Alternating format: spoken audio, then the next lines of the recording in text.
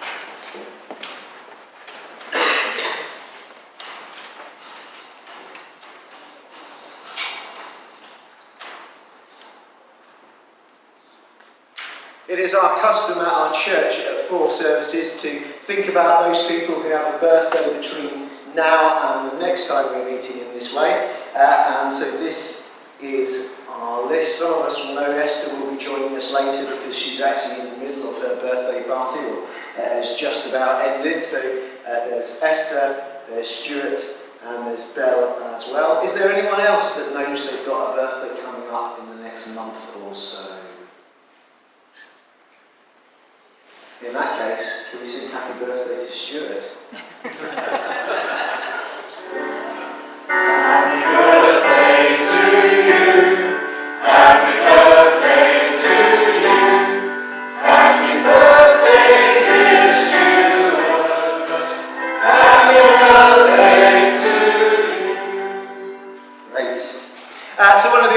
we like to do is do our memory verse challenge. Now, I know, because I checked the video from when I was away last church at 4, people didn't do tremendously well at remembering the last memory verse I said to you. So I did put it up on Facebook earlier this week to give people a second chance. So is there anyone that thinks they can remember back a couple of months, in fact, slightly longer than that, I think 3 months ago, when we did Take Your Mat and Walk? Can anybody remember any of that memory verse? Oh, Geraldine's there. Let's grab that, thank you. Go on, Geraldine. I'll be very impressed. But I want you to know that the Son of God, Son of Man, has authority on earth to forgive sins. And I tell you, take up your mat and go home. Mark 2, 10 and 11. Oh, let's have a look. Let's see if we can do this one. Yeah, she might have got it wrong. I'm going to be celebrating wrong answers, but I think I am very impressed. There we go. But I want you to know the Son of Man has authority on earth to forgive sins. So he said to the man, I tell you, get up, take your mat and go home. Mark 2, 10 to 11. Yeah, we can give Geraldine a round of applause. Well done. But I also know there was a memory verse that went through last month as well, and the Treasure Seekers did an absolutely fantastic job of remembering it. So I thought we would see if anybody remembered that one as well, particularly as we have some Treasure Seekers with us. Not that I'm trying to put anyone on the spot. Does anybody think they might remember some of the Treasure Seekers ones, including the 2 Treasure Seeker leaders we have with us, who should be exempted from it, of course? So, do you reckon you remember any of it, Felicity? No? Oh, okay. Well, you can give it a hint. It's your memory first. Right. You remember it starts with love. I'll try not to fall over. There you go.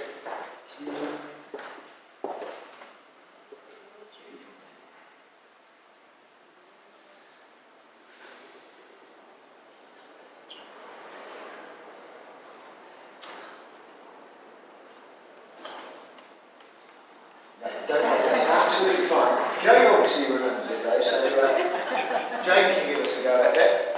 I'll have a go. Love the Lord your God with all your heart, with all your soul, with all your mind. This is the first and greatest commandment, and the second is like it. Love your neighbour as yourself. I can't remember where it's from. Right, round of applause for Jane, well done. Yeah, excellent. Indeed it was, well done. So let's say that one together to remind us of that. Love the Lord your God with all your heart, and with all your soul, and with all your mind. This is the first and greatest commandment. And the second is like it. Love your neighbour as yourself. Matthew 22, verses 37 to 39. Well done. So, we do have a new one. And I'd just like to say, if we look at the length of what the Treasure Seekers had to remember, I think I'm giving you an easy one this time. So next time it would be good if a few people did remember it. Hopefully some of you have picked up a copy already. Then those who were in the boat worshipped him, saying, truly you are the Son of God. Matthew 14, verse 33. We will see what that is to do with a little later, but let's say that one together as well. Then those who were in the boat worshipped him, saying, truly you are the Son of God. Matthew 14, verse 33. Hopefully you have managed to pick up a copy of your memory verse colouring sheet. It's a really helpful way of being able to remember it for next time. If you take it home, put it somewhere prominent, you can colour it in. Do also send me some pictures, because we do love to see the pictures of what people have been doing. And so we'll have a little look at some photos from the last couple of times, because it's been a bit different with the Treasure Seekers takeover last time. So I chose a few pictures from our last Church of Four Treasure Seekers takeover. For those of you that weren't here, you will need to check out the video to find the context of these photos. That's all I'm going to say. So there we go. We've got Bob and a crocodile. So if you're not sure why Bob is holding a crocodile, look that up. If you are starting to get worried about Bob in general, do check him out and find out why he is also covered in bits and pieces. And just to show our treasure seekers as well, when they were up on Mass singing, our God is a great big God there. So it was great to have something slightly different last time when the treasure seekers take over, and I hope we're going to be able to persuade them to do it again at some point relatively soon.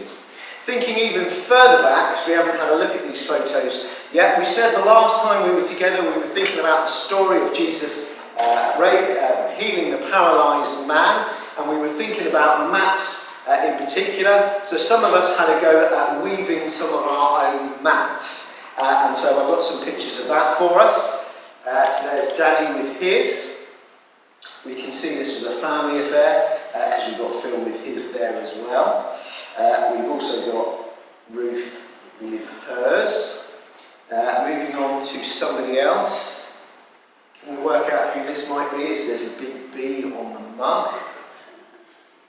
It was indeed Bob, so Bob and James are there, which is fantastic to see. I've also got one, you might just be able to work out who this one was from, if you look carefully. There we go, so we've got some from the HUDs. But we did do some other stuff as well, and so we've also got Jonathan modelling his little, what I was calling a diorama there for us as well. A little scene showing us what happened. And also we had our word searches normal. Danny is very good at sending me his word searches, and particularly correcting bits that are wrong, which is always interesting because it's some software that does it, so I don't know why it's wrong, but there you go. So do please make sure you take pictures, send in anything you've done, particularly when we do our activities a little later. We do love to have them. We're going to think a bit more about where our memory verse comes from in a minute, but first we're going to sing again. We're going to sing We're Going Back in Time.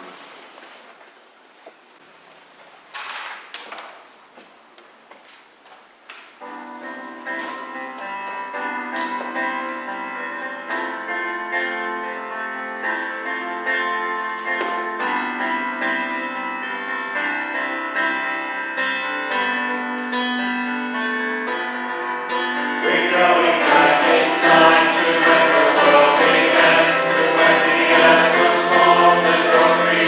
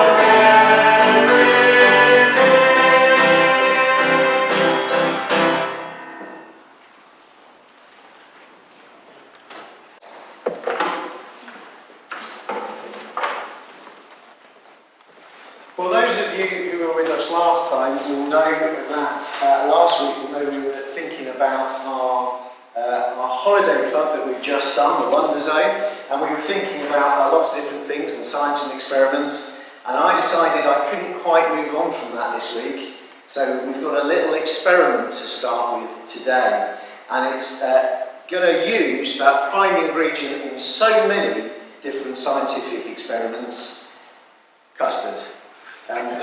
Different brands are available. So what I thought we'd do today is I've got a bowl of custard here that I made up earlier. It needs a bit of a mix actually. It's a bit funny. So here we go. There we go. Just give the mix up. So there we go.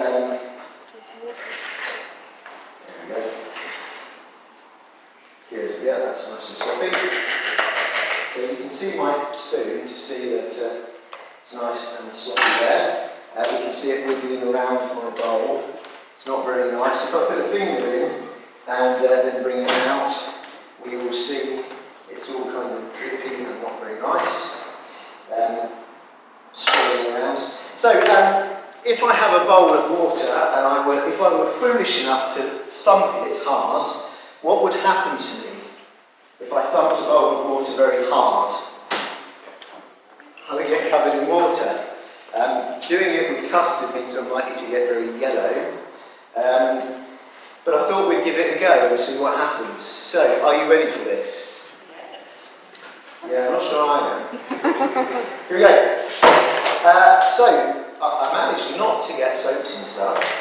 It's still liquid, it's still kind of rolling around. Let's try it again. There we go. We can see I might have a tiny bit of custard on my hand, but actually it's dried custard. Isn't that weird?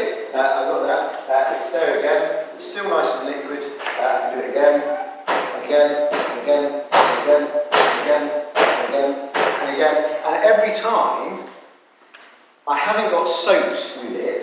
It is still liquid. In fact, I nearly poured it over the floor because I was a little too excited about it. There we go. Once more. There we go. And it is not dripping out everywhere. So, is this a trick? No, it's school custard. Yeah, quite possibly. I think it might bounce if I was to throw it on the floor. No, it's not. It is, I hope you're impressed with this, it's a non-Newtonian liquid. There you go. So it is liquid normally, but if you apply pressure to it, it temporarily goes solid.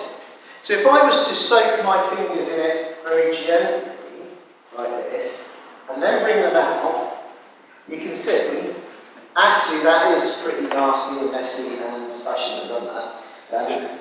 But if I put pressure on it, it doesn't.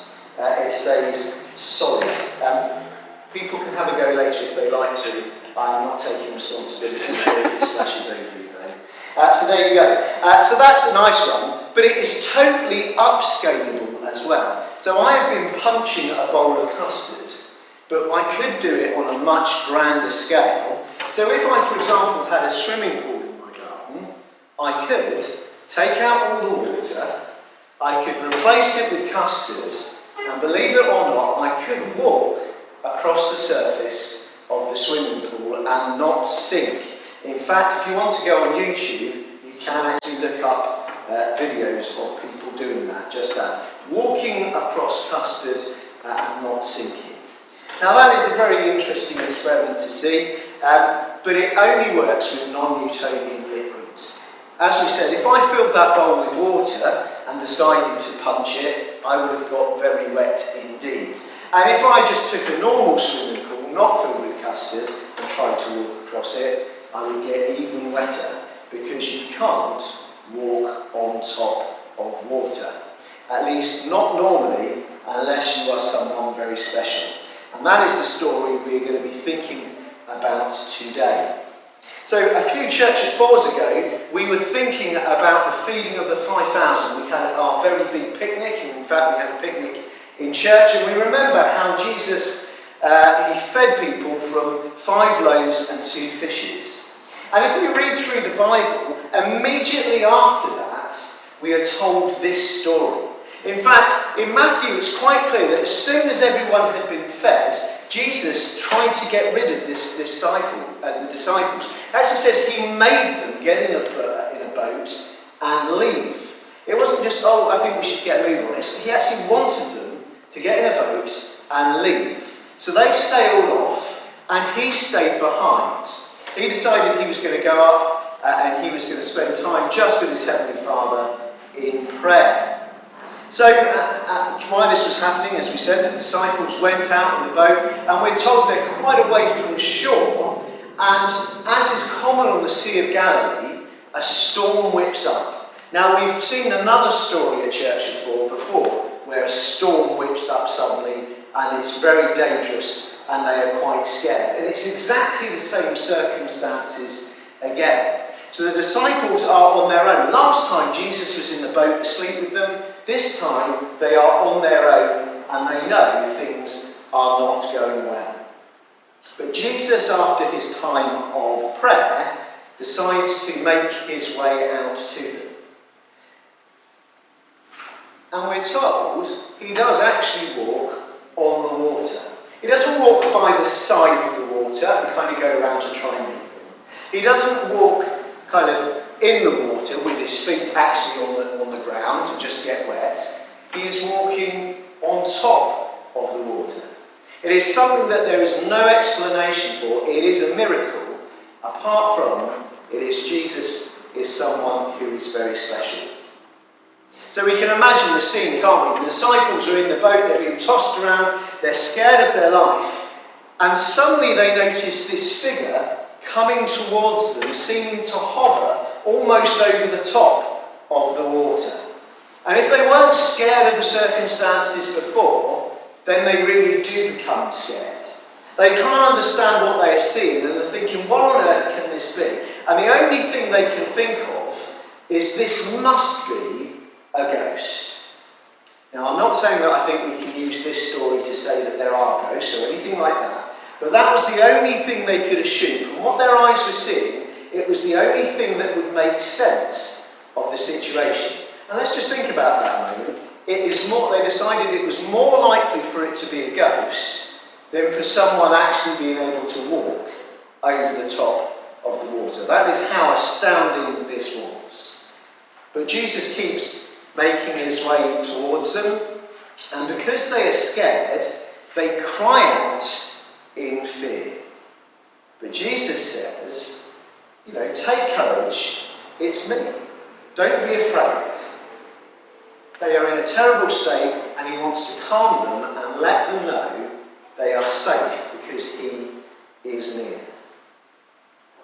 Well, we know Peter likes a challenge and likes to kind of show himself quite often to be following God. So he says, if it really is you, Lord, let me walk out towards you. Let me walk over the surface of the water. And Jesus says, well, come. So Peter gets out of the boat, and actually he starts walking over the surface of the water as well.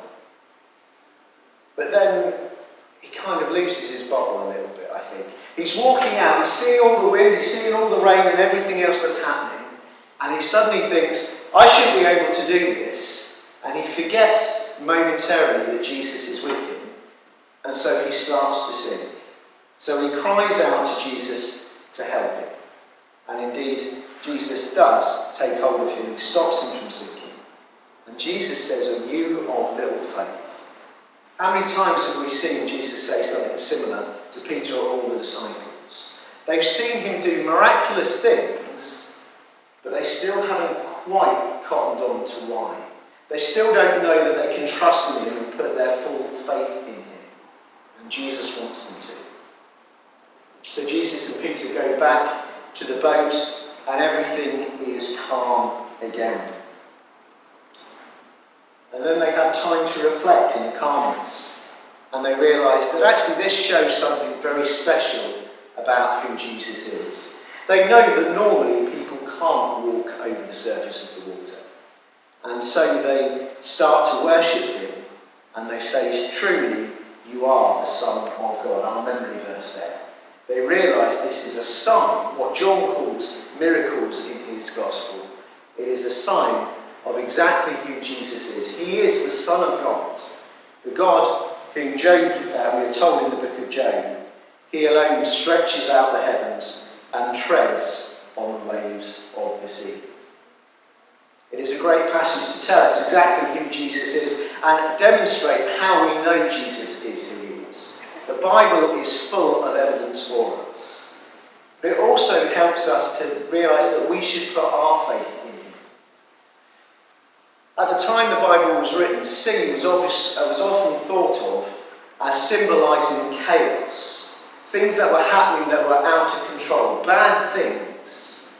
But Jesus came out into that chaos and he was with Peter and he saved him. It's a reminder to us that in the storms of life, those difficult times that we have, when things don't seem to be going right or we don't even know quite where things are heading, Jesus will meet us in those difficult times. He will protect us and he will look after us. So we should put our faith in him because he will never let us down. So let us give thanks to him in prayer. Dear Lord, we do thank you so much that you sent Jesus for us. We thank you for these wonderful accounts we have in the Bible telling us exactly who Jesus is and showing us exactly who Jesus is by the miracles or signs that he did. We thank you that we can trust these things, these eyewitness statements, and know no matter how fantastic they are absolutely true. And as Jesus walked out into the storm and helped the disciples and particularly helped Peter, we thank you that he helps us in the storms of our own life. We thank you that we can trust in him. He will never let us down. He is always there helping us, protecting us, holding us fast. And so we do thank you so much for him. And Lord, we thank you that when Jesus was on earth, he taught his disciples a prayer they could say, and we say that together now. Our Father in heaven, hallowed be your name. Your kingdom come, your will be done, on earth as it is in heaven. Give us today our daily bread. Forgive us our sins, as we forgive those who sin against us. And lead us not into temptation, but deliver us from the evil one. For yours is the kingdom, the power, and the glory, forever and ever. Amen. Our next song reminds us how Jesus is with us through the storm. So let's sing together, My Lighthouse.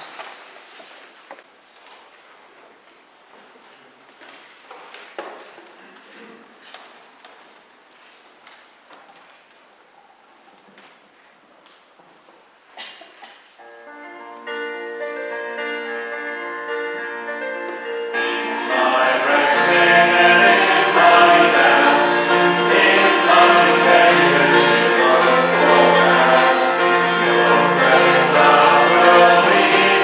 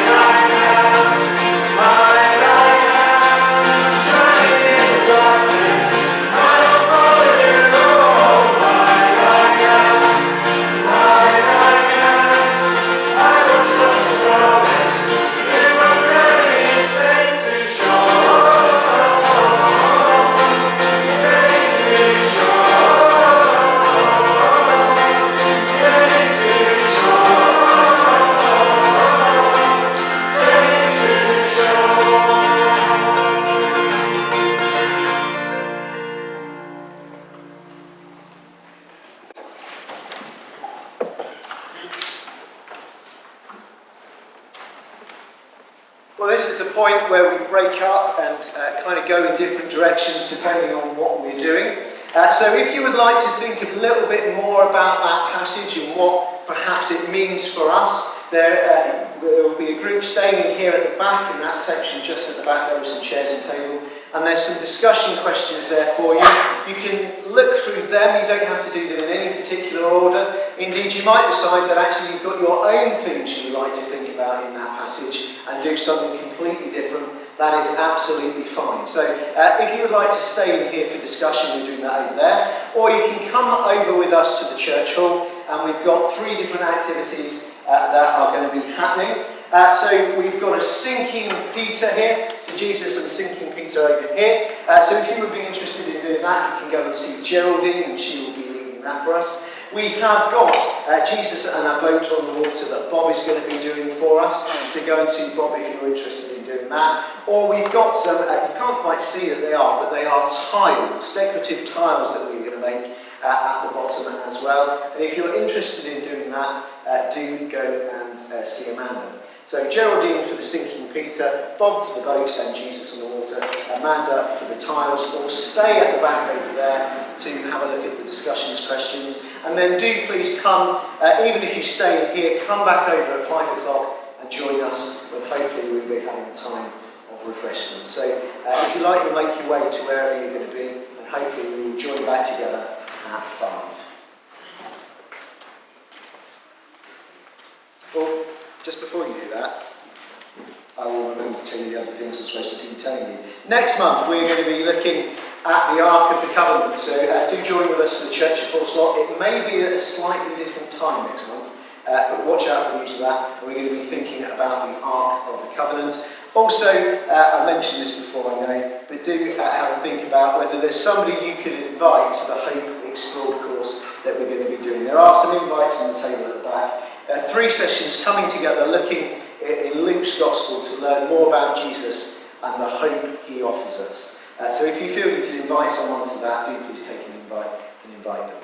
Now, let's go to wherever we go, and we'll see you there.